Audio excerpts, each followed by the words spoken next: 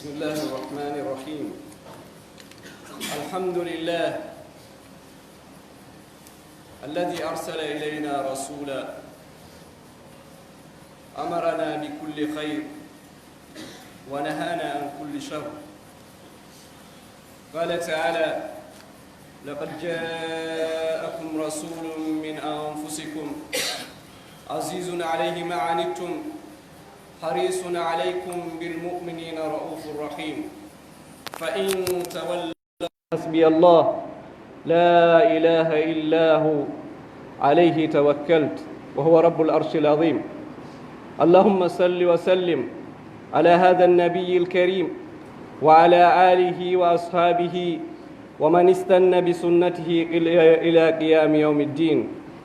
وبعد، فيا عباد الله، أوصيكم ونفسي بتقوى الله والتزام بأوامره سبحانه وتعالى.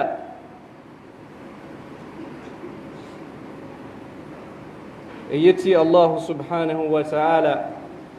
onnelu do e meɗen nelaɗo o andini en, o yamiri en kala ko moƴƴi, o haɗi en kala ko boni. Allah subhanahu wa ta'ala on o yewti en ko deftere makko teddunde wonde tabiti ko goonga ari on nelaɗo jeyaɗo e mon onon bani adama en, wona o malaika, wona o jinna, ko arabujo kono ko fi e meɗen fo o ari. hara hino satta e on nelaɗo yi'ugol hiɗon naata e ko tampinta on, hino wela nelaɗo on, hino weltinamo nde o yi'ata hiɗon jokki ko nafata on, ko lorrata on.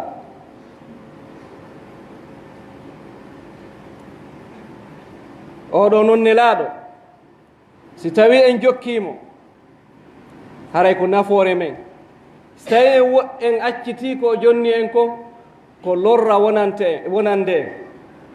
ko ɗum waɗi Allah daali: fa in tawallaw faqul hasbiya Allah. so tawi ɓe hucciti, ɓe ɗuurike, ɓe salike, ɓaawa ɓanginande ɓe ko nafata ɓe kon, a ɓanginande ɓe ko yamiraɓe ɗum, a ɓanginande ɓe ko lorrata ɓe kon, haɗaɓe ɗum, haray yonilan Allah. min mi haray mi waɗi ko mi wawi kon, Allah yonilan ballo. haray en toriki Allah yo ɓeydu jam e kisiye e hoore o nelaɗo, e ɓengure makko nden, e wondiɓe makko ɓen, e kala iwruɓe ɓaawo makko. haray si ɗum feƴƴi, musidɓe, miɗo yamira on, yamira hoore an hulgol Allahu subhanahu wa ta'ala. haray inchallahu yewtere men nden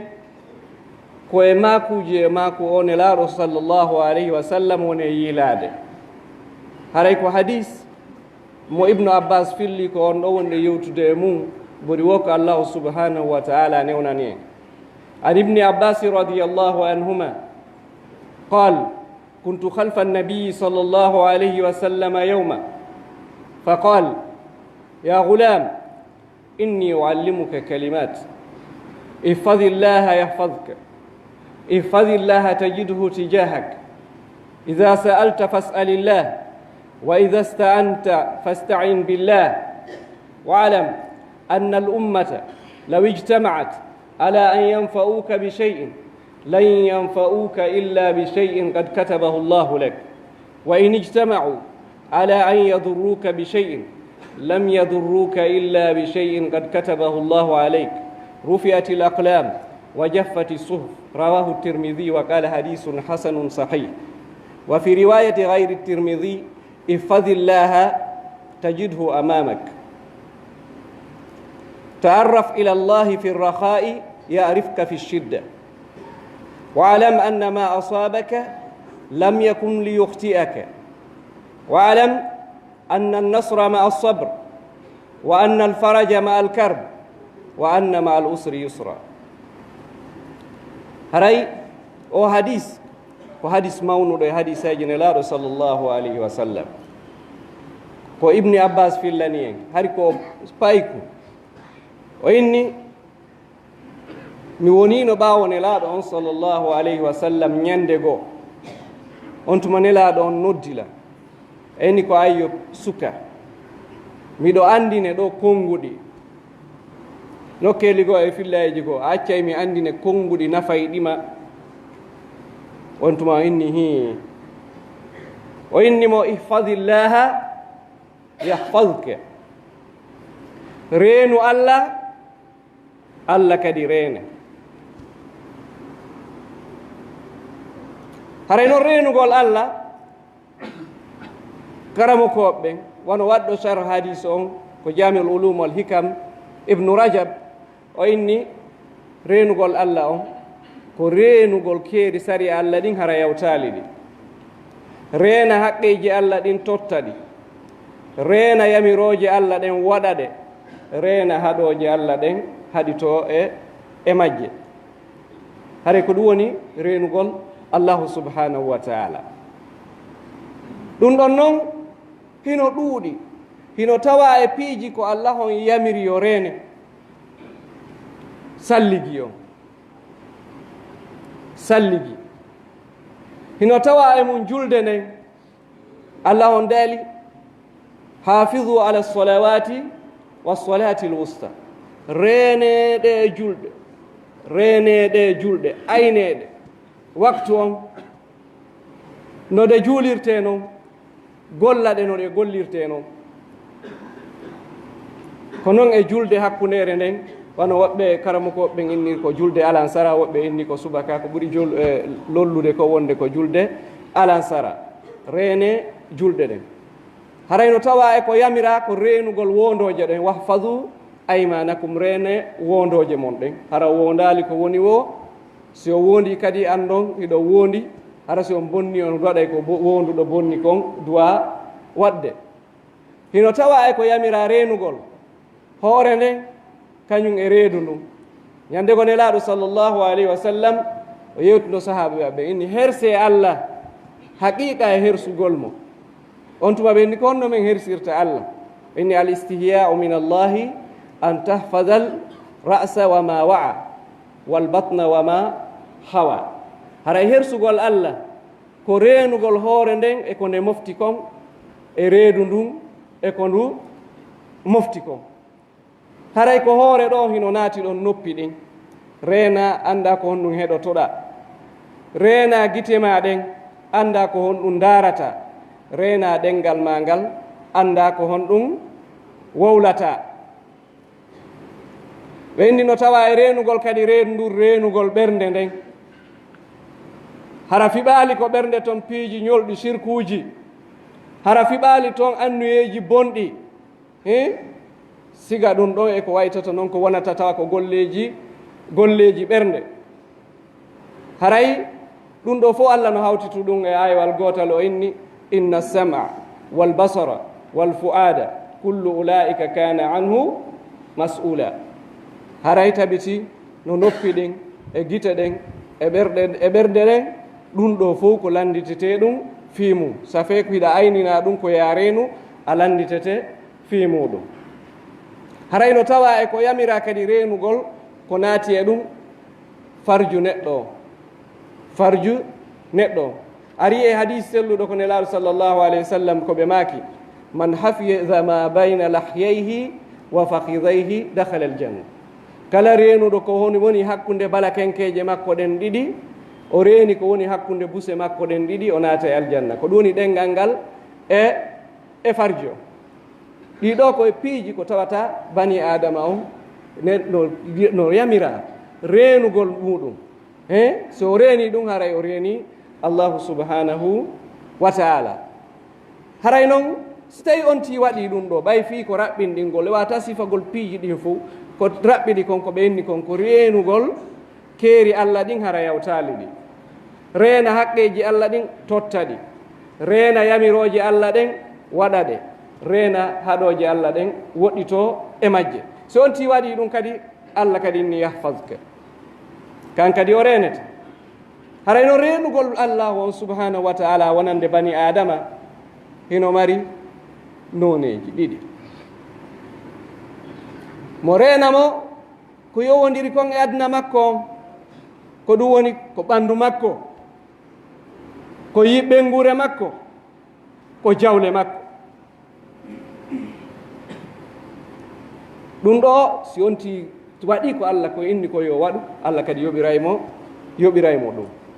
o aynaymo, o dandamo masiboji, o dandamo nambaraji, o dandamo ko jawle makko ɗen, o hiwanamo ɓe ngure makko nden. ɗum ɗon hay si o ala ɗon Allah on fawtantemo ɗum. Ko ɗum waɗi en andi ko suratul Kaf ko ɓe yewti ɗon fi alyatimaɓe ɓen ɗiɗi ko ɓe raɓɓinɗingol o inni wa kana abuhuma saliha. ko waɗi ha Allah ayni alyatimaɓe ɓe, o kipi ɓe, o ayni jawle ɗe, o be maɓɓe accunoɗen ha fiyoɓe janduɓe hetta ɗe, ko tawde be maɓɓe hari hino moƴƴi. ko ɗum waɗi o wiyeteɗo Saïd ibnul Musayyib o winni ɓiɗɗo makko on, min miɗo ɓeyda e julde an nden naafila waɗa moƴƴere fiima an. o wowlani ɗum ɓiɗɗo makko, miɗo waɗa moƴƴereji fiyo ɗum yaltito e ma an. On tuma o inni noon o jangi ngal ayewal ngal janguɗen. haray si tawi ɗa faala e Allah hiwe, ɗa faala e Allah hiw ɓengure ma nden, hiɗa faala yo Allah hiw jawdi ma ndin, an kadi a hiway keeri sari Allah ɗi. si tawi noon a wedditike e mum, haray ko liddu mum. fi hon ɗum noon joddi ndin ko Allah yoɓata kon ko siga ko waɗɗa kon, aljaza'u min jinsil amal. ɗum no heewi ko ayaji alqur'ana, ko Allah inni in tansurullaha yansurkum, so tawi on walli Allah, Allah kadi wallay on. fazkuruni azkurukum, andite fi an, min kadi mi andita fimon. wa awfu bi ahdi ufi bi ahdikum, hunne aadi andin mi hunna aadi mon ndin. Allah yoɓete ko sa waɗi ko moƴƴi ko yamirma kon kan kadi yoɓete siga mum. ko ɗum waɗi sa waɗi kadi aksi mum haray habbito kadi ko siga mum Allahu subhanahu wa ta'ala yoɓete. ko ɗum waɗi ɓe inni lahu muaqibatum min bayni yadayhi wa min khalfihi yahfadunahu min amrillah. hare bani adama on Allah no immini malaikaɓe, woɓɓe no yeeso makko, woɓɓe no ɓaawo makko, hare ɓe renamo immorde yamirore Allahu subhanahu wa ta'ala fi dandugol mo piiji bonɗi ɗin. kono noon an kadi noon a reenayi sariyaji ko halfinma kon kan kadi o immina ko reene. so tawi a waɗali ɗum ɗo hare ka woni toñugol hoorema. haray noone ɗimmo on e ko Allah renata jeeyaɗo on kon, ko ɗum ɓuri hittude. o renanamo diina makko kan e gomɗinal makko ngal, hara o ukkaki e nambaraji majjinayɗi mo. subahaji no heewi hande, no woodi yimɓe no jokkuɓe ɓe sikka haray ɓe diina, hara wona arana e diina ɓe woni, hara ɓe majji, kono hara ɓe hooli wonde ko islamu laaɓuɗo ɓe woni, kono ɓe mara ɓe majji ɗon. yon noon Allah kanko so tawi a reni sariyaji makko ɗin, o yamir ko ɗum ɗo fof o kipata fiwata ukko e mum, o danda boneji mum. aɗen torki Allahu subhanahu wa ta'ala, Allah newnan en renugol sariyaji makko ɗin ha kanko kadi o rena en. haray aywan hadis on fayi o continue, o inni ihfazillaha tajidhu tijahak, reenu Allah a tawaymo sengo ma, a tawaymo sengo ma. haray waɗuɓe sharhu hadis on ɓe inni on tuma a taway Allah hino wondi e ma e kala alhaaliji ma ɗin, kala ko yilorɗa a taway Allah hino wondi e ma, ko ɗum ɓe winni tijahaka, haray mo wondi e ma. jonnon ko ɗum Allah no holli ɗum ko alquran, inna allaha ma alladhina ittaqaw walladhina hum muhsinun. Allah no wondi e ɓen huloɓe mo kanko Allah e ɓen moƴƴinayɓe ɓe golle. ko noon kadi o inni annabi Musa e Haruna, o inni la takhafa innani ma'akuma asma'u wa ara. wota on hulude Firawna e bandiji mum e ko ɓe wondi fof e doole maɓɓe, wota on hulu ɗum, min tabiti hila wondi e mon, hilan nana, hilan nande, hilan reeni ko woni feƴƴugol kon fof. onon ko wonani on waɗe ko min no yo waɗu kon, so waɗi ɗum haray lanni hande kadi tan hulu hay fus ko lutti la wondi e mon. ko noon nelaɗo sallllahu alayhi wa sallam kadi makani Aboubacry Siddiq fewdoɓe woni ko fawre, ɓawa Aboubacar fuɗɗike mapaade, nelaɗo inni mo ma zannuke bisnayni llahu salisuhuma, ko ɗum sikkuɗa e yimɓe ɗiɗo Allah woni tammo maɓɓe, a sikkude ɓe yeɓoto? wallahi ɓe yeɓotako. ɓay tun koye hoore laawol Allah ɓe woni, ɓay tun koye hoore moƴƴere ɓe woni, eɓe wondi Allahu subhanahu wa ta'ala. hare no e andi wondugol Allah ngol e jeeyaɓe ban e tagore makko nden ko noneji ɗiɗi ko ma'iya khassa ko wondande hertinde tawde ko siga ko yewtuɗen ɗo wona Allah wondiri e annabi Musa wona Allah wondiri e nelaɗo mum on wona o inni noon himo wondi e huloɓe mo ɓen himo wondi e moƴƴuɓe ɓen ko ɗum woni o hiwayɓe o dandayɓe o fewnayɓe e kala ko nafata ɓe o yiilaɓe e kala ko lorrata ɓe wondande ɗimmere nden ko wondugol ko Allah wondi e fof ko ma'iya amma Allah no wondi e fof ɗum ɗon kala wonɗo bonɗo e moƴƴo fof Allah no wondi e fof ɗum ko gandal makko andugol ko woni kon alam tara anna allaha ya'lamu ma fi samawati wa ma fi l-ard ma yakunu min najwa thalathatin illa huwa rabi'uhum wala khamsatin illa huwa sadisuhum ngal aywal ɗon ko ɗum woni hollugol alaa wo e yimɓe ɗiɗo ma tato ko yata moɓodiraɗa sina Allah ino wondi e maɓɓe siko ɗiɗo ko tammo siko ɓe tato ko nayaɓo siko ɓe jowo ko jeegabo maɓɓe Allah no wondi e maɓɓe ɗum ɗo ko fof bonɗo e moƴƴo fof mo wondi e mum kono ngal wowon ko innugol Allah no wondi e ɗa koko hertani yimɓe moƴƴuɓe ɓen tawata ɗum ɗon ko Allah kipay fi maɓɓe haray ko ɗum woni ihfadillaha tajiduhu tijahaka o continue hadis o e innimo hey iza sa'alta fas'alillah so tawi a toroto toro Allah sa toroto toro Allah oɗo kanko woni marɗo ko lannata sa torike mo o okkorte hino hadis selluɗono toon o indi faman illadi da'ani falam ujibu wa man illadi sa'alani falam utihi wa man illadi istagfarani falam aghfir lah wa ana arhamu rahimin e ko hombo woni on toriɗo lammi salimo okkoro ko hombo woni on nodduɗo lammi salimo notagol ko hombo on landila yaafuye mi salimo yaafagol ko min woni ɓurɗo e yurmeteɓe ɓe fof haray koyen toromo sa toroto toro Allah tentini ko tawi konko Allah tun wawi waɗugol ɗum o accana ɗum bani adama e laawol mo no woodi piiji ko sayi sariya on no newni ko yata landoɗa ɗimmo ma okkoran hunde kaari wa amma sa'ila fala tanhar ɗin ɗon no ton ko bani adama wawi waɗande bani adama ɗum kadi haɗaka ko ɗum waɗi ɗon hay Allah inni he awa torotoɗon nde wota gufumo wota jasimo wota aybinmo okkormo kono noon piiji ko tawi ko Allah tu wawi waɗude ɗum fewtu Allah toroɗamo wallahi sa torikemo o jonnete ko toriɗamo ko ɗum waɗi ɗum o landaki yo goɗɗo wonu hakkunde ma e Allah wa ida salaka ibadi anni fa inni qarib si jeeyaɓe mama an ɓe landike ma fi an o innali ɓe faqul inni fa inni o inni mo min lam ɓatti si ɓe landike fi an wi'uɓe ota wi'uɓe o innali wi'uɓe o inni lam ɓatti faala kay goto wonu hakkunde ɗo sa torike mo hato jina e takkoyagol tulan faala toragol Allah kono mi heɓali mo mi rewora ha mi yewtoya ko Allah o woye toro mo tun direct o jaabinante o tindini ɗon ko pay ko wona tindinede ɗum on tuma o inni mo wa ida sta'anta fasta'in billah sa ɗaɓɓira e ballal ɗaɓɓir Allah balle tawɗe ɗen fof ko Allah duwa landorede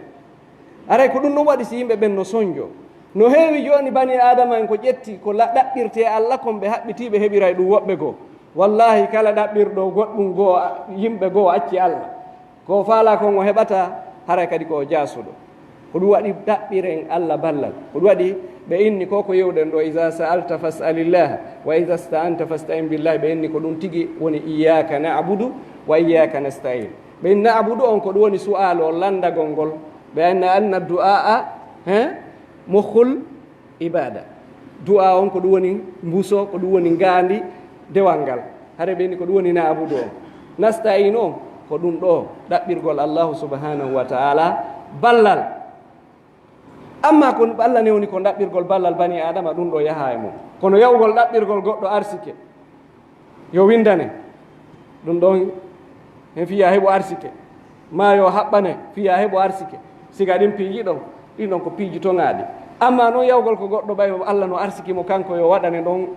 chèque okkore goɗɗum o windane ara nanasi o windama ara ko chèque o windama yaltino mbuuɗi ko banque ɗum ɗon wona piiji haɗaɗi ida sta'anta fasta'in billah haray ɗo hadis on ɓe hollude en yimɓe boyaren wonde mapundeji jani hiɓe bonni hakkilleji maɓɓe hiɓe wembi ronkugol andugol ko honto ɓe humoto kala humotoɗo e humo Allah ko ɗum waɗi o yewtimo wa alam anna al ummata law ijtama'at ala an yanfa'uka bi shay'in lam yanfa'uka illa bi shay'in qad katabahu Allahu laka tagore nen fop ɓale dan fof si hawtiti mooɓike ɓenni men lorra e kaaɓe ɓe lorrat ɓe nafete kan ɓenni ɓe nafete ɓe wata nafugol ma sina hunde ko tawi Allah on windanima yo nafe hewtete ko ɗum waɗi hay goto ala yiɗuɗo ɓiɗɗo mum yo wonu jaasuɗo ko yimɓe joni warno mari jawle jene ɓe yangike joni ɓe falama fowtagol sago maɓɓe ko ɓiɗɗo maɓɓe on arata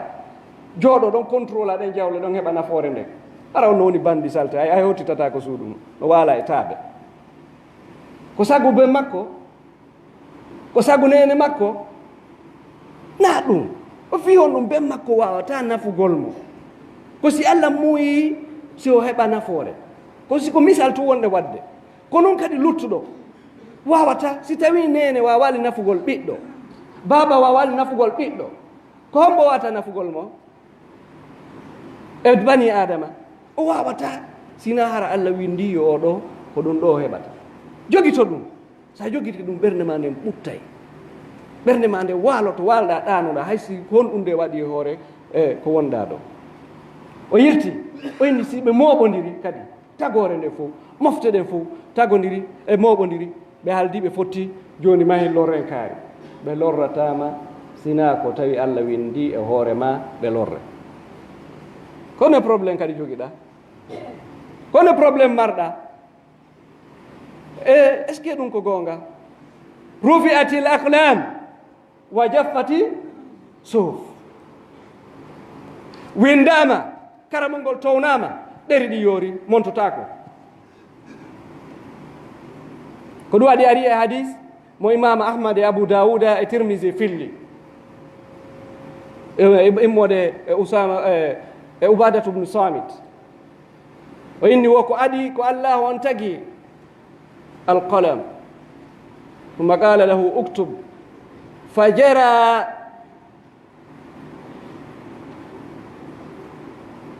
فقال له اكتب فجرى في تلك الساعة بما هو كائن إلى يوم القيامة ko Allah adi tagude ko karamol ngol wo Allah inni karamol ngol windu ngol windi e on saa'i ɗon kala ko laatoto ha ñande darga na min ittata wona goɗɗo goo amma pi ko fokkiti e ma kon fuu habbo hewtete so tawi ko immorde Allah ko lutti kon ko goɗɗo e min hewtama so tawi Allah mo yaali hewtete karamol ngol yoori ɗum anna honno karamol ngol townama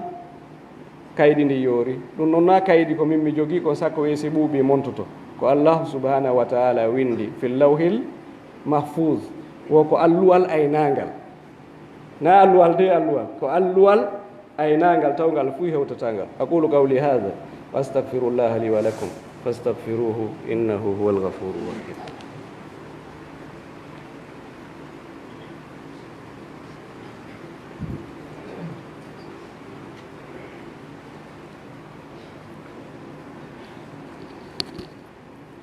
alhamdulillah والصلاة والسلام على سيد الأولين والآخرين محمد وعلى آله وأصحابه أجمعين وبعد فيا عباد الله اتقوا الله تعالى في السر والعلانية هري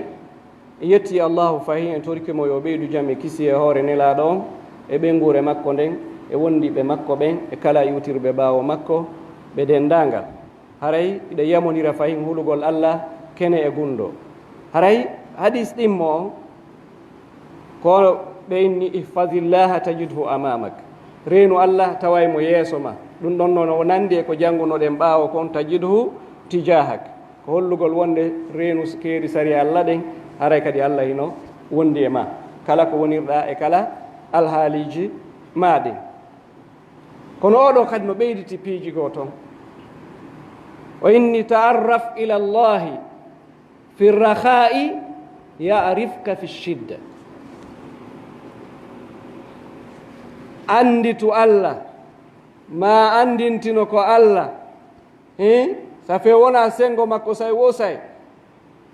andi woɓɓe no toon a yiiɓe kama wosanga ɓe heeɓi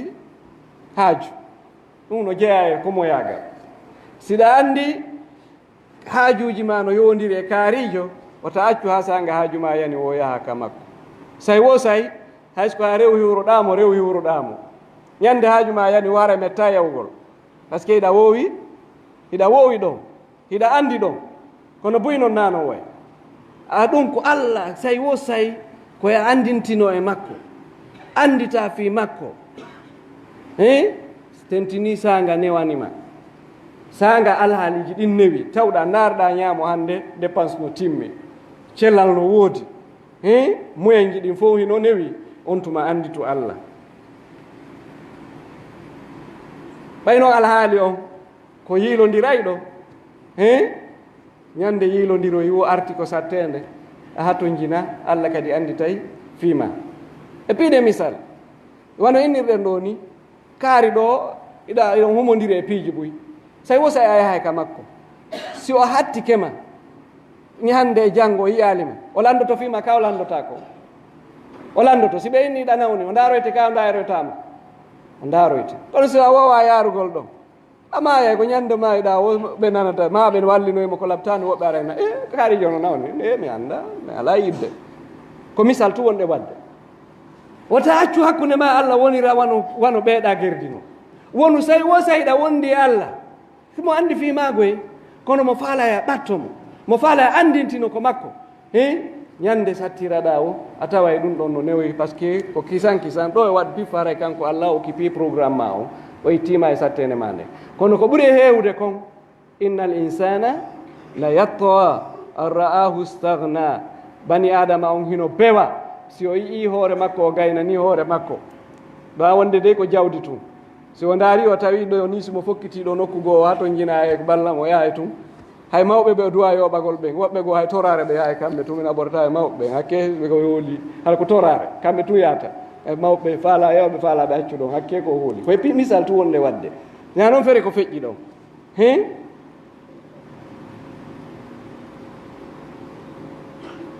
kipen alhaaliji men ɗi hakkunde men Allah wota bew fiiɗa jogii jawdi wota bew fiiɗa jogii laamu wota bew fiiɗa mari cellal wota bew fii ko a suka a nawoyay hara wawata fus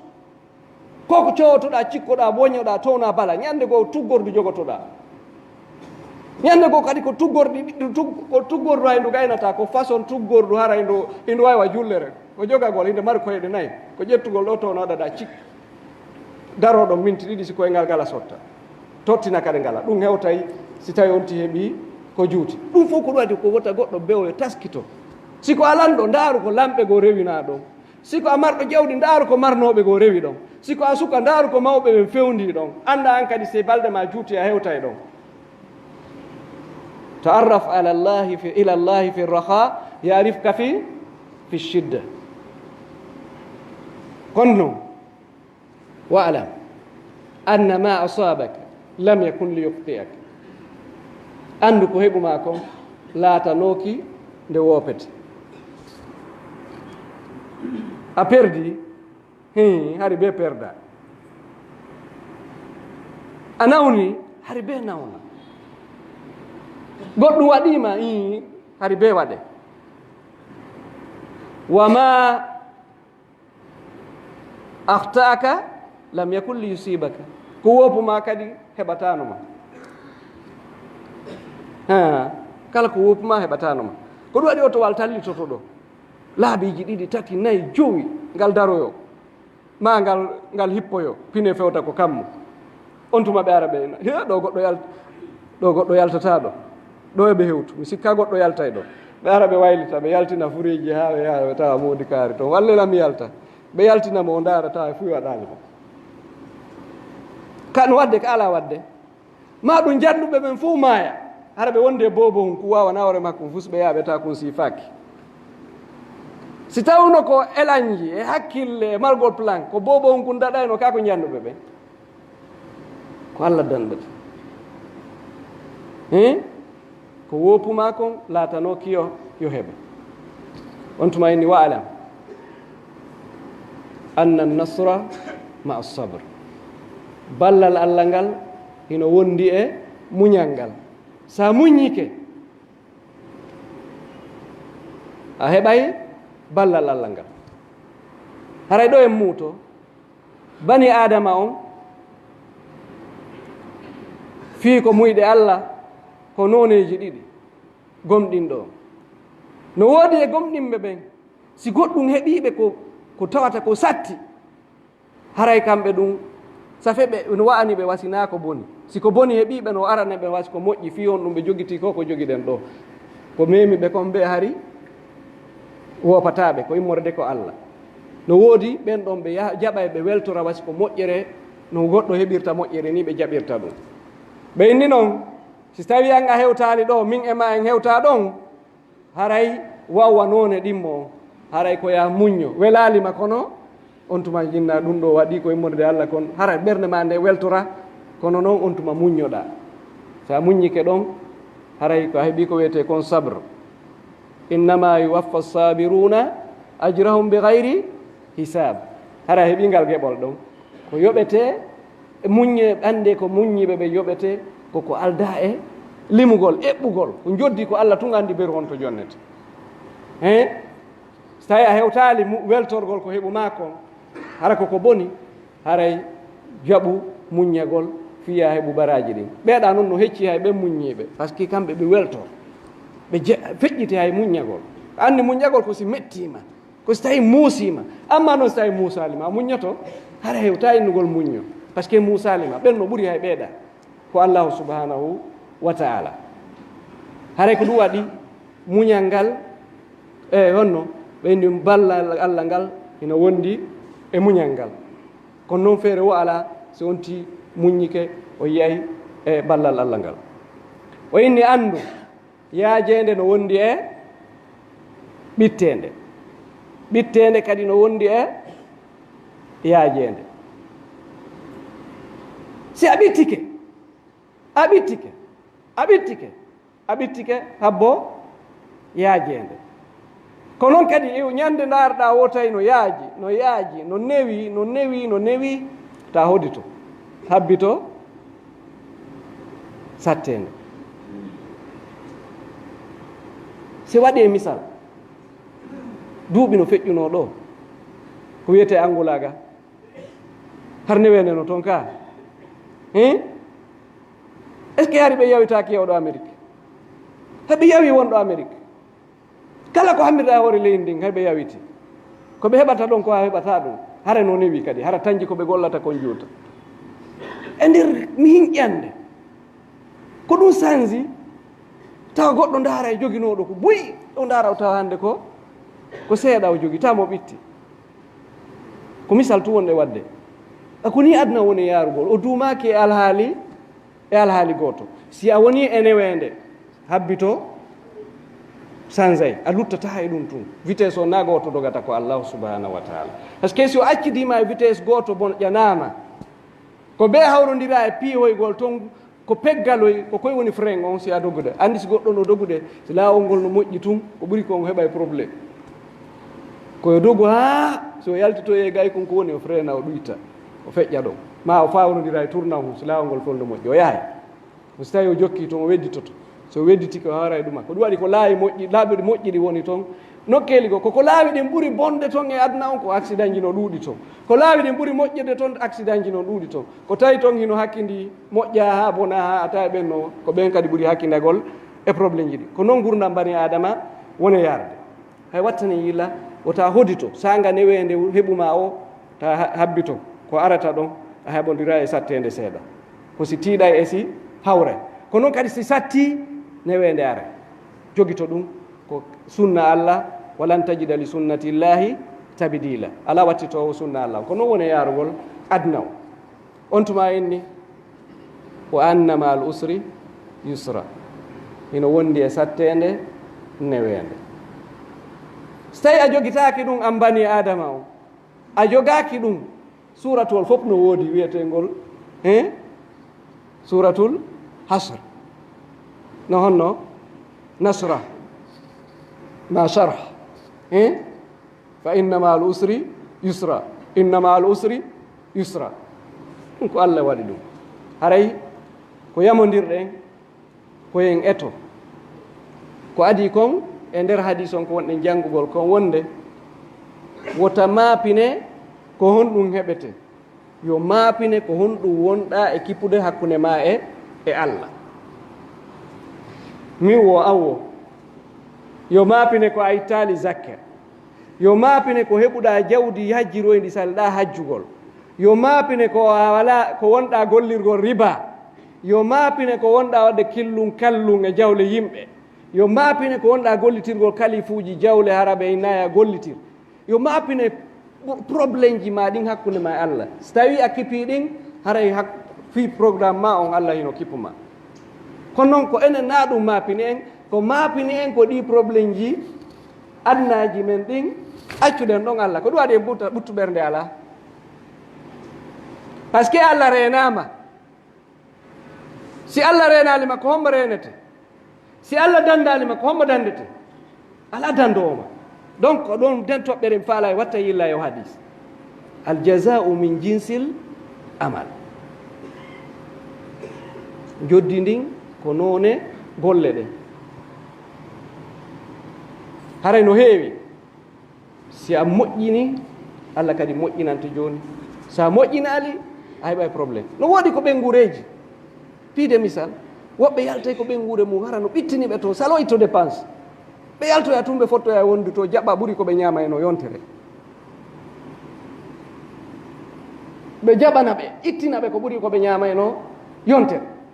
kala ɓittinɗo ɓengure mum nden o jontali ɓe hakke maɓɓe on Allah habboto ma o fottoya to goɗɗo ɓittine sa sattinani yimɓe ɓen Allah kadi sattinante sa niwinaniɓe Allah niwinante haray ko falɗe wolde koyen kippu mo be mi wo an wo mo be yo ndaaru ko ha honto kipi programme ji Allah ɗi keeri sari a makko ɗin ko ha honto tawi ala yawtude ɗi hakkeji Allah ɗi ko ha honto wonɗa tottude ɗi yamiroje ɗen ɗon ɓe inni mastata tu ko ha honto wonɗa etade yaɗo yamiroje ɗen koya woɗɗito est ce que ɗa woɗɗitade so tawi a wadde ɗum haray hannde kadi wota maapo wallahi allahu subhanahu wa taala kipete aqulu qawli hada wa astagfirullah li wa lakum fastagfiruhu innahu huwa alghafuru rahim en turki allahu subhanahu wa taala kanko andi mapundeji men ɗi ɗuuɗi hiɗi serti yo Allah itan en ɗi ko kanko andi faaleji men ɗi hiɗi ɗuuɗi hiɗi serti kono mo andi fof kala ko tawi e meɗen hiɗen faala adna ɗo e ko laakara wata Allah hawrindin en e mum haray ndi leydi lagine ɗen tori allahu subhanahu wa taala Allah waɗu ɓutto e mayre yo Allah waɗu pottal e mayre yo Allah waɗu nunɗal e mayre torki Allah yo Allah moƴƴin en enen yimɓe lagine ɓe yo Allah moƴƴin en enen yimɓe lagine ɓe yo Allah moƴƴin en enen yimɓe lagine ɓe haray ɗo miɗo toro wota gooto huɗu toñoɓe ɓe wota gooto huɗu toñoɓe ɓe sabu noon sa taskike mo ala toñude lagine ɗo mi innata ala kono ɗuuɗakoy tawɓe ɓen no ko buruure nder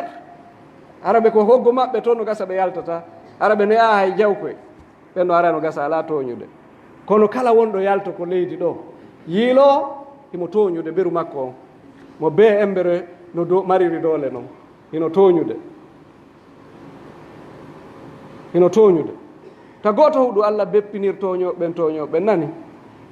toreya Allah moƴƴin jama lagine o yo Allah moƴƴin jama lagine o are yewtiɗo e sayigo kon woni tooñe ko waɗugol hunde ko nde duwaka waɗede ma gollitirgol ko goɗɗo jeyi hara wona e duŋaye makko ko ɗum woni tooñe ɓayna en juuten hombay woni Qutba o ko jelo woni wadde hunde ko nde duwaka waɗede argol ɗo hiɗa darnude ɗo hibba sarsuma jaare ko laawol e sarsuma koccu ɗon tawa auto rewrata ɗon hannde kadi siko leyɗe goo ko ɗo ya hibbo ara addi nokkoɓe ɓe ƴawna ko gollata toon enen laginero goɗɗo hiɓɓay ɗo sarsuma jonte ɗiɗi lewru lebbi tati haray mo hibbi ɗon ittaka ɗon ko ɗon o duwa waɗede est ce que on hibbuɗo ndin jaarendi mo felliti kanko mo tawa e toñoɓe ɓe saadiɓe ko laawi waɗi taaɓe ko laawi ko rewete ɗon ma ƴetti oto wi korowi ngi dogata ha yawmal qiyama ari gaari ngi ko laawol hara ngi ittatake ɗon on ko ɗon ngal duwa wonde noɗa ɗon ngal duwa wonde ko mise tum woni e jonnugol fondeyɗen toñude ko ɓe waɗi ɗon ligne ɗiɗi oto dogata ɗon an dogi yawɗa waɗa troisiéme ligne ko ɗon ɓe niya dogu ko ɗon ɓe niya dogu na ɗum ko ɗum waɗi si embouteillage wi noon naati angal laawi ɗino toon kono koko angal jaɓugol saria wi kon ko ɗum waɗi ɗum joni noon iw ko waɗɗa ɗum ɗon ittuɗa ɗa a waɗi ko duwaka waɗede sa waɗi hunde ko nde duwaka waɗede a woni toñuɗo min noon la waɗude an hiɗa waɗude oɗa no waɗude o to kadi no waɗde ko misa tum woni waɗugol fiwata en huuɗu toñoɓe se waɗɗo ko hunde ko nde duwaka waɗede o woni toñuɗo sa huuɗi hara e nangimo haray toroɗe yo Allah moƴƴin en lagine ɗo yo Allah moƴƴin en lagine ɗo newnana en saria on feewa o ñinne hara goto toñatake goto lorratake hara fof hino fota e leydi ndi torki Allah subhanahu wa ta'ala kala ko woni yewtere men nden e sawaba yo Allah jaɓan en kala ko woni e muɗum faljere yo Allah yawtan en torki Allah subhanahu wa ta'ala ndi leydi lagine yo Allah hiwndi yo Allah hiwndi hiwa en hiwa diina men kan hiwa jawle men ɗen hiwa ɓengureji men ɗin danda en fitnaji ɗin adna e lahara تركي الله واد من فردوس ربنا تقبل منا إنك أنت السميع العليم تب علينا إنك أنت التواب الرحيم سبحان ربك رب العزة عما يصفون سلام على المرسلين والحمد لله رب العالمين والسلام.